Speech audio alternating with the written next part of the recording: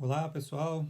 Quero dar as boas-vindas a todos aí a esse retorno às nossas atividades escolares aqui no Colégio Graciosa, em especial para as turmas do nono M1 e nono M2. É bom estar de volta. Não posso vê-los presencialmente, olhando diretamente a vocês. É uma pena isso, né? Porém, impelidos por essa situação do coronavírus, nessa pandemia que o coronavírus tem é, aplicada aí sobre o mundo, nós estamos agora aqui é, nos adaptando a essa nova fase e recomeçando nossas atividades escolares com algumas dessas aulas gravadas, outras atividades online, como o nosso papo lá no fórum nas quintas e sextas. E eu espero, né, poder contar com vocês e com a compreensão de vocês e o auxílio nesses dias aí, onde nós todos vamos ter que realmente nos readaptar à nossa atividade cotidiana, né? Então eu sei que não é a mesma coisa, com certeza temos muitas limitações nessa nossa atividade aqui, até porque, né, além do fato de não estarmos presentes, eu sei que vocês vão encontrar diversos defeitos aí na minha gravação. Não sou vocês, não sou craque em edição de vídeo, então, mas aos poucos, quem sabe eu vou aprendendo, né, a editar os vídeos, e isso vai me ajudar a cada vez mais, né, enriquecer as nossas aulas aí, se essa situação ainda perdurar por mais tempo. E lógico, a minha oração, nossa oração é que essa situação se encurte o quanto antes, nós possamos ter dias mais abreviados nesse sentido de reclusão, e onde nós podemos voltar às nossas atividades dentro da escola, e isso seria muito melhor. Então, realmente, eu estou ansioso para que isso aconteça logo, para que a gente possa sair dessa reclusão e possamos ter mais tranquilidade para dar continuidade ao nosso processo aí de aprendizagem. Então, mas mesmo assim, estamos aí, né? Eu espero contar com vocês, como já disse, e também espero que vocês estejam bem e podendo, né, aprender um pouquinho mais através de algumas aulas que a gente vai colocando para vocês, alguns desafios aí semanalmente. Assim a gente vai podendo dar, né, continuidade a esse processo de aprendizagem. Bom, gente, então, nono ano, quero só lembrar aí que vocês terão também algumas atividades para serem feitas junto com a. Além de assistir esse vídeo, né, que é um vídeo aula, um pequeno vídeo aí sobre a aula de o assunto é a Revolução Russa, que nós estamos estudando. E você também, além de assistir esse vídeo, você deve, né, já para ajudar você até na hora de assistir a aula, baixar lá no espaço da escola, né, o espaço do aluno no portal da escola, na aba materiais de apoio, material de apoio, você abre lá e vai ter lá então a apresentação sobre Revolução Russa, apresentação em PowerPoint. Baixa ela e já acompanha aí com ela do seu ladinho, porque eu vou seguindo essa apresentação em PowerPoint para a nossa aula aqui, e vai te facilitando para você ter uma visualização desse material enquanto temos a aula, tá? Depois disso, você deve dar uma olhadinha no seu livro, tá? No livro lá, no material do Mackenzie. Lembra então do livro do material do Mackenzie lá e pega ele, né? E aí tá ao contrário para vocês aí, mas tudo bem. Então o livro lá você pega na página 42 até a 57, deve ler essas páginas para complementar a aprendizagem e também fazer um breve resumo das principais ideias. Lógico que essa apresentação em PowerPoints vai te ajudar muito a já ter pelo menos um norte aí de como fazer esse resumo, tá? Vai ser muito mais facilitado com essa apresentação em PowerPoint, vai te facilitar muito a vida, certo? Além disso, também tem uma atividade arquivada lá no material de apoio para vocês, né? No espaço lá do portal da escola, uma atividade que vocês devem fazer como uma tarefa sobre a Revolução Russa, tá bom? Vocês vão ter 2 textos em cima, algumas perguntas relacionadas a esse texto e também mais outras perguntas embaixo que vocês devem responder. Na quinta e na sexta nós teremos os fóruns. Eu não sei ainda que dia que vai ser marcado o nosso dia, o nosso encontro, mas na quinta ou na sexta, no diante do fórum, a gente vai poder então tirar suas dúvidas concernentes ao assunto que a gente está então estudando durante esses dias aí. Tá certo, pessoal? Então eu espero que a gente possa ter a compreensão de vocês e vocês possam também junto conosco apoiando um ao outro nessa continuidade de processo educacional aí no Colégio Graciosa, tá bom? Bom, gente, então, sem mais delongas, vamos então para a nossa aula aí sobre Revolução Russa. Não é uma videoaula de YouTube, não sou um youtuber aqui, mas é uma breve aula que a gente vai fazer a respeito do nosso assunto que estamos estudando. Nós já começamos isso em sala de aula, falamos sobre o contexto da Rússia durante a Revolução, né? A Rússia, no início do século XX, era uma Rússia governada por um rei absolutista, o Nicolau II, junto com sua esposa, Alexandra, né? Nicolau II exercia um governo então absolutista na França. Lá na França, desculpa, na Rússia. A Rússia, com um país absolutista, eles chamavam então seus reis de czares. E o Nicolau II era o czar, Nicolau II, que exercia então um governo centralizado apenas na pessoa dele. A condição de vida dos russos era péssima, né? No campo, a maior parte da população, na verdade, estava no campo. 80% da população vivia no campo em condições terríveis de vida. Eles moravam em casas precárias, a situação do frio na Rússia era muito intensa, e aí as casas precárias, sem ventilação, às vezes acendiam as lareiras ali dentro de casa mesmo, então você imagine só como ficava, né? Essas casas sem muita ventilação e iluminação. Então, condições péssimas de vida, a maior parte da comida básica deles estava na base do pão, né? O pão preto, o pão integral, que era o mais popular naquela época, batata e também torta de farinha de milho. E quase ninguém no campo tinha escolaridade, as escolas eram raríssimas dentro do campo, e na cidade não era muito diferente do campo, né? A industrialização russa estava muito atrasada. Além de atrasada, a maior parte das indústrias eram dominadas pelo estrangeiro, né? Por fábricas estrangeiras, como fábricas inglesas, francesas, alemãs e até belgas tinham na região também. Tá? Então essas eram as condições de vida que nós falamos que tinham na Rússia desse período. E eu falei para vocês que seria muito importante que vocês memorizassem os 4 fatores que desencadearam a Revolução Russa. Esses 4 fatores nós temos lá, já mencionamos para vocês e eu disse memorizem, porque é importante. Quais são esses 4 fatores? As condições precárias de vida, que nós já acabamos de falar para vocês, na Rússia, certo? O segundo fator é a guerra russo-japonesa, que vai ser travada em 1904 e 1905 pela região da Manchúria, uma região rica em minério de ferro, porém muito distante dos principais centros russos. Então eles tiveram muita dificuldade de poder manter essa região, que foi dominada pelos japoneses no auge da era Meiji, onde eles estavam expandindo no seu imperialismo na região ali, né? Dominaram também a península da Coreia, os japoneses, próximo ali à região da Manchúria. Você pode ver esse mapa desta guerra lá na apresentação em PowerPoint que eu já falei para vocês. Vocês já viram isso em sala de aula, mas pode também ter a sua apresentação ali.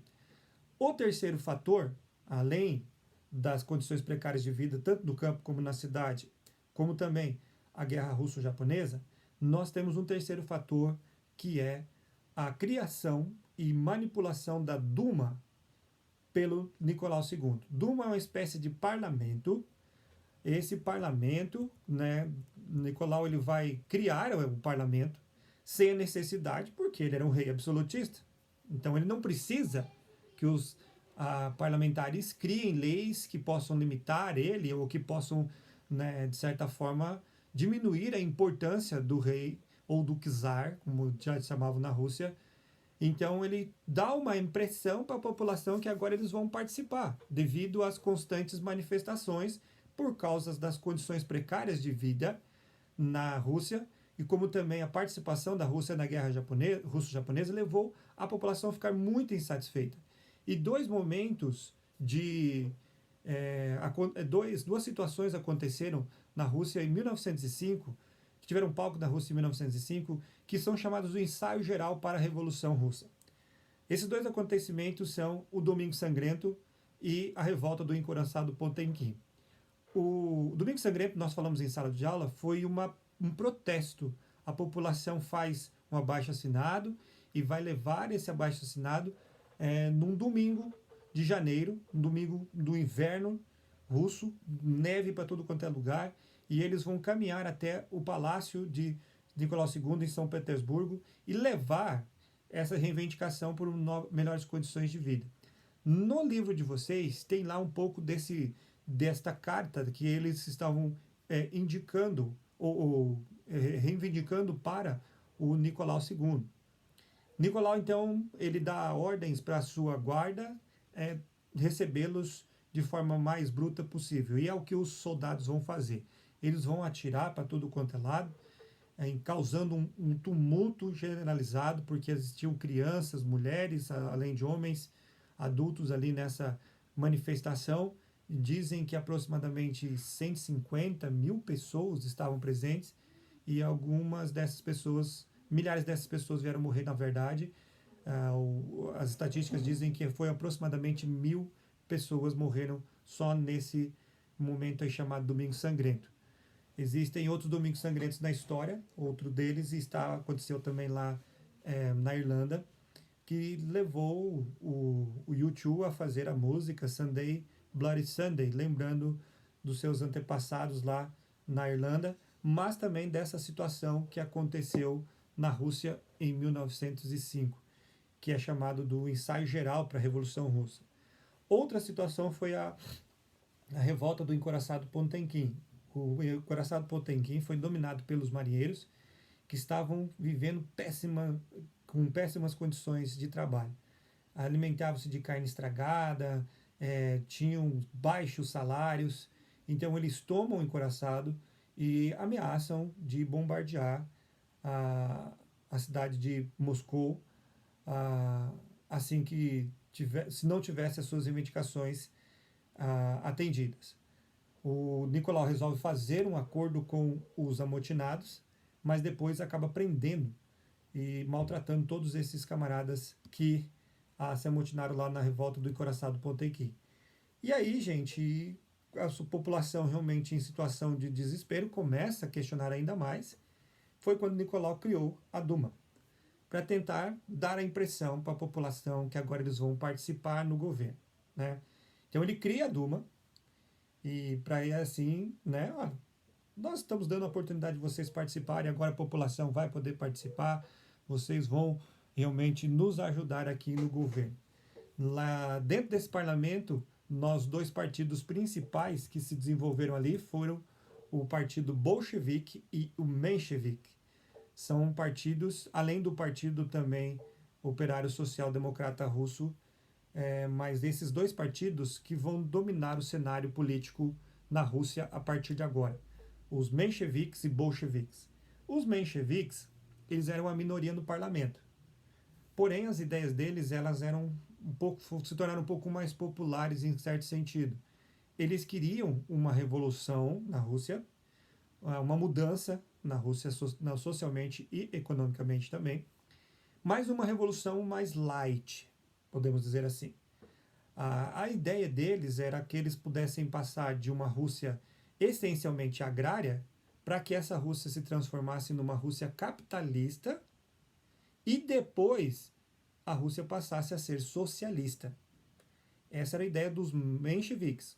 Ou seja, era uma revolução mais light, uma revolução liberal burguesa que passasse a Rússia uma Rússia agrária para uma Rússia capitalista, onde se desenvolvesse a industrialização da Rússia e, posteriormente, a Rússia se transformasse numa Rússia socialista. O maior líder deles era o Martov, mas entre outros também que você vai encontrar o Lvov, entre outros líderes mencheviques. Entre os bolcheviques estava um grupo um pouco mais radical. Esse era o grupo que queria uma revolução socialista desde o princípio.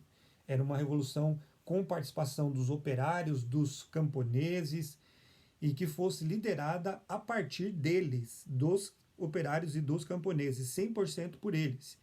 E por isso eles queriam que a Rússia partisse diretamente de uma Rússia agrária para uma Rússia socialista, né? O líder deles era o Lenin. Existiam outros líderes, mas o principal realmente foi o Lenin. Então esses eram os partidos que se desenvolveram dentro da Duma. Porém, a grande crítica na situação foi que Nicolau II ele manipulou a Duma. Ele concedia alguns direitos, porém, ao mesmo tempo retirava esses direitos, não permitindo que o parlamento realmente pudesse exercer a sua função de parlamento, né? E aí a Rússia vai entrar na guerra em 1914, envolvida em situações muito complicadas, que eram a situação econômica da Rússia, social da Rússia. O Nicolau II, influenciado por um monge, Rasputin, que habitava no palácio mesmo, ele acaba por aceitar a ideia da Rússia também entrar na Primeira Guerra Mundial para defender os seus aliados, em especial a Sérvia, que havia sido que tinha sido declarada guerra à Sérvia pelo Império Austro-Húngaro. Então a Rússia vai defender o que chamavam de pan-eslavismo e entra então na Primeira Guerra Mundial. E isso vai precipitar praticamente o processo revolucionário na Rússia, né? É o que praticamente faltava para que a Rússia entrasse definitivamente numa grande revolução. Então, o que vai acontecer aqui? Nisso também nós temos o quarto e último fator que influenciou na Revolução Russa, que foi a influência dos sovietes, ou do socialismo dentro da Rússia. O socialismo, como vocês perceberam, já começou a ser veiculado por esses maiores partidos dentro da Duma, né, que eram os mencheviques e os bolcheviques, em especial pelos bolcheviques. Os bolcheviques queriam uma revolução socialista, uma revolução realmente que mudasse os meios de produção diretamente para as mãos do camponês ou do trabalhador, do operário nas fábricas. Então, essa influência socialista era visível e vai ser realmente, vamos dizer assim, o que vai movimentar ideologicamente a Revolução Russa.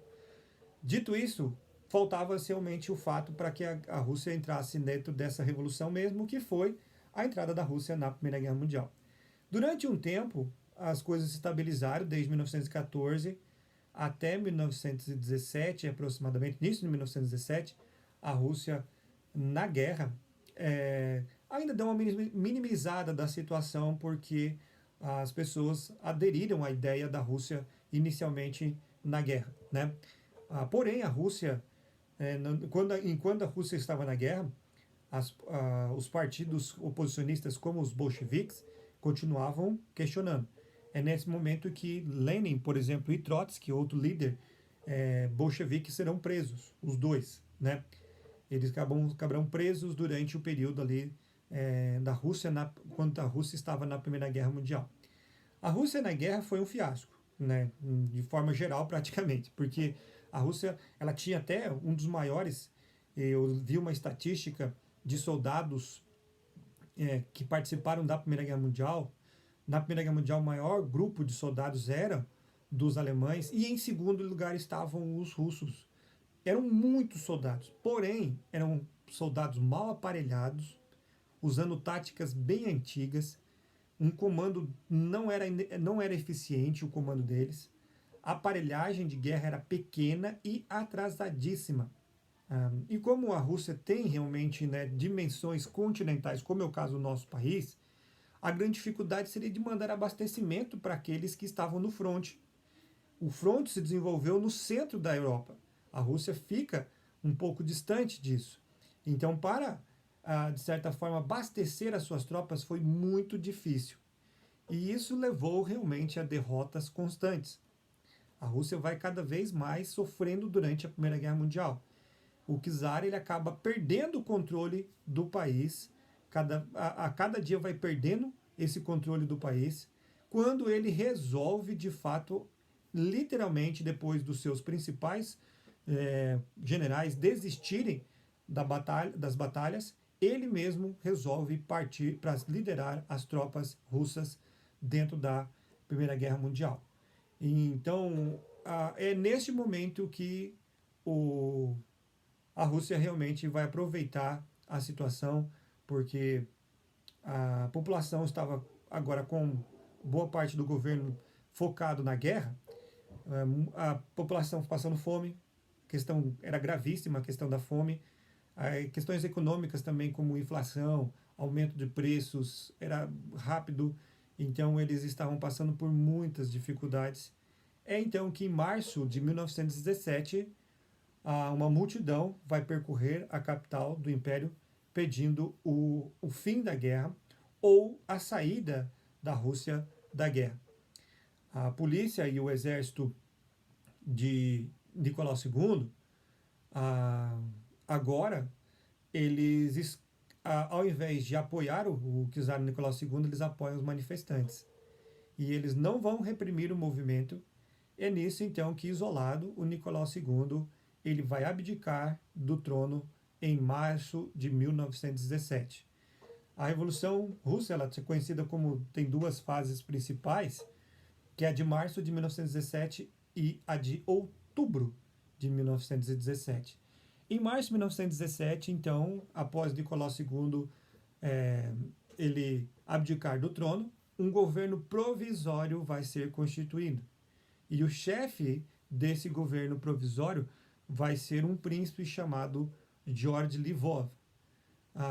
Esse governo, o Lvov, ele tinha tendência menchevique. Então, ele era um governo com bastante ligação com a burguesia russa.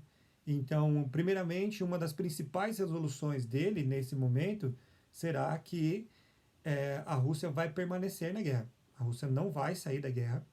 Se estabelece lá um governo provisório sob a liderança menchevique. Então, a Rússia vai permanecer na guerra. É a ideia dele inicialmente aqui. Também, só que agora ele vai criar algumas liberdades individuais, o que vai agradar uma boa parte da população.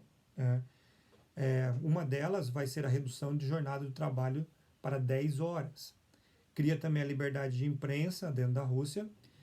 E talvez um dos maiores tiros no pé dele foi conceder anistia aos presos políticos, entre eles estavam Lenin e Trotsky. E agora esses dois passam a reorganizar os bolcheviques, que serão a pedra de tropeço para os mencheviques mais à frente lá, né? Bom, então, em outubro de 1917, os bolcheviques agora totalmente organizados, eles vão reivindicar a liderança do governo.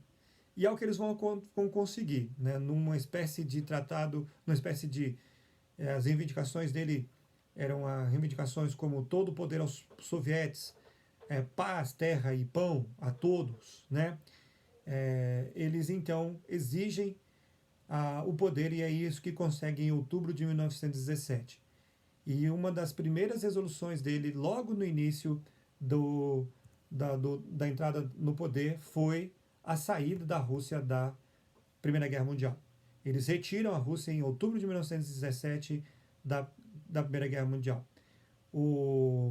Então, Lenin vai assumir o governo e Trotsky liderará a Guarda Vermelha, que é formada por operários, soldados marinheiros para combater os seus inimigos, em especial os mencheviques e outros europeus que ainda permaneciam dentro da Rússia.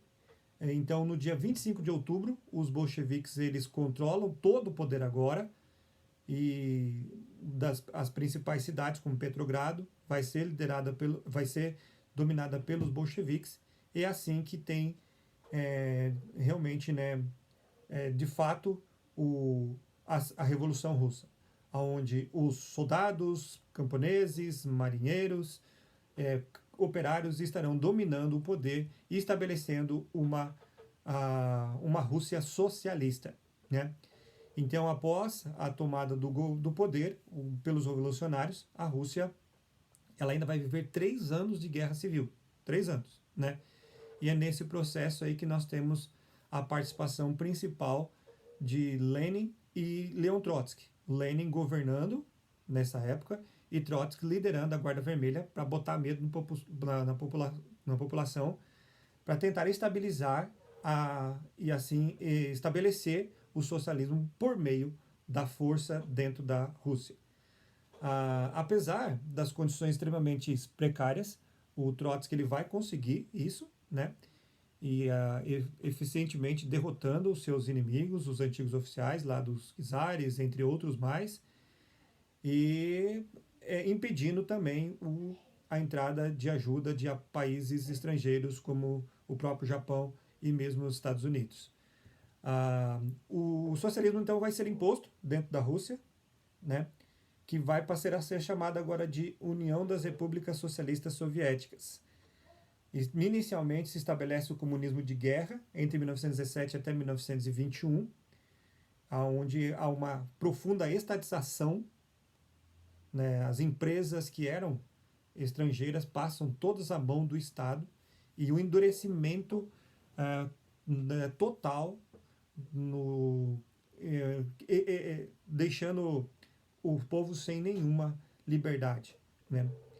Em 1921, tem a segunda fase da implementação do socialismo, que é a NEP, é a nova política econômica. Essa NEP ela é uma política econômica mista, onde a produção de energia e extração de matérias-primas vai ser toda controlada pelo governo, vai haver uma importação de técnicos e de máquinas estrangeiras, o comércio e a agricultura vão ser organizados em cooperativas e também haverá algumas permissões para o início da iniciativa privada dentro de diversos setores da economia russa, mas não abre totalmente para isso.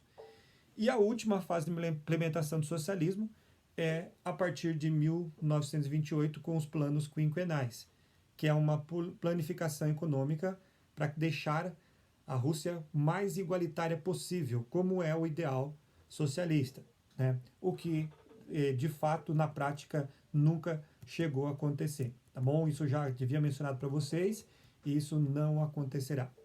Em meio a esse processo, o Lenin acaba morrendo, né? Ele acaba tendo complicações na sua saúde e morre. E aí tem a sucessão dele. Na sucessão dele, os principais líderes eram Stalin e Trotsky.